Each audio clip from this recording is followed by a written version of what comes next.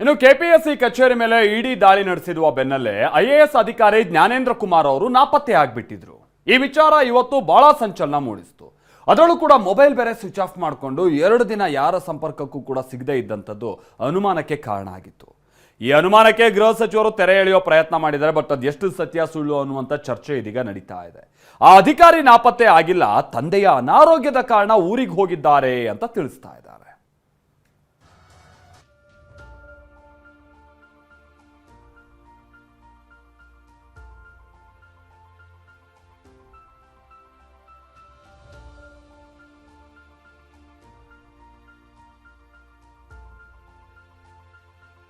KPSC ಪಶು ವೈದ್ಯಾಧಿಕಾರಿ ನೇಮಕಾತಿ ಕರ್ಮಕಾಂಡ ತನಿಖೆ ಚುರುಕುಗೊಂಡಿದೆ.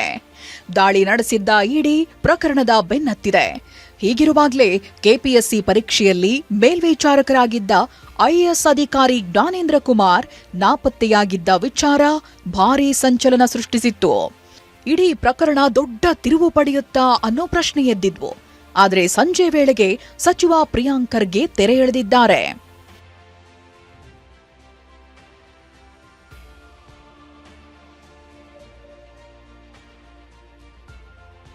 ಅಷ್ಟಕ್ಕೂ ಆಗಿದ್ದೇನೆಂದ್ರೆ ಆಗಸ್ಟ್ 19ಕ್ಕೆ ಕೆಪಿಎಸ್ಸಿ ಮೇಲೆ ಇಡಿ ದಾಳಿ ಮಾಡಿತ್ತು.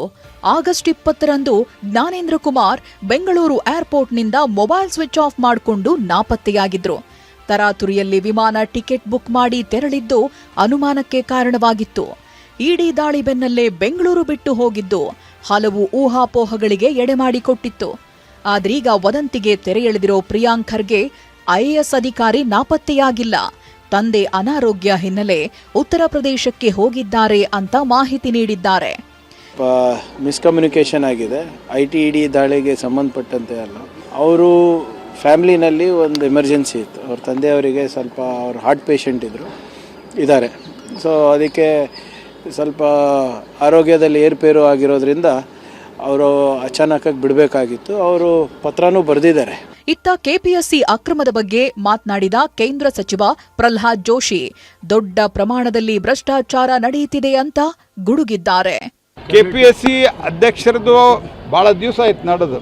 ನಾನು ಮೊದಲನೇ ವಾರ್ನಿಂಗ್ ಕೊಟ್ಟಿದ್ದೆ, ನೀವು ನೋಡಿರ್ಬೋದು. ಭಾಳ ದೊಡ್ಡ ಪ್ರಮಾಣದಲ್ಲಿ ಭ್ರಷ್ಟಾಚಾರ ನಡೀತಾ ಇದೆ ಅಂತ ಆರೋಪ ಬಂದಿತ್ತು. ಕಾಂಗ್ರೆಸ್ ಪಾರ್ಟಿ ಕಣ್ಣು ಮುಚ್ಚಿಕೊಳ್ತಿತ್ತು.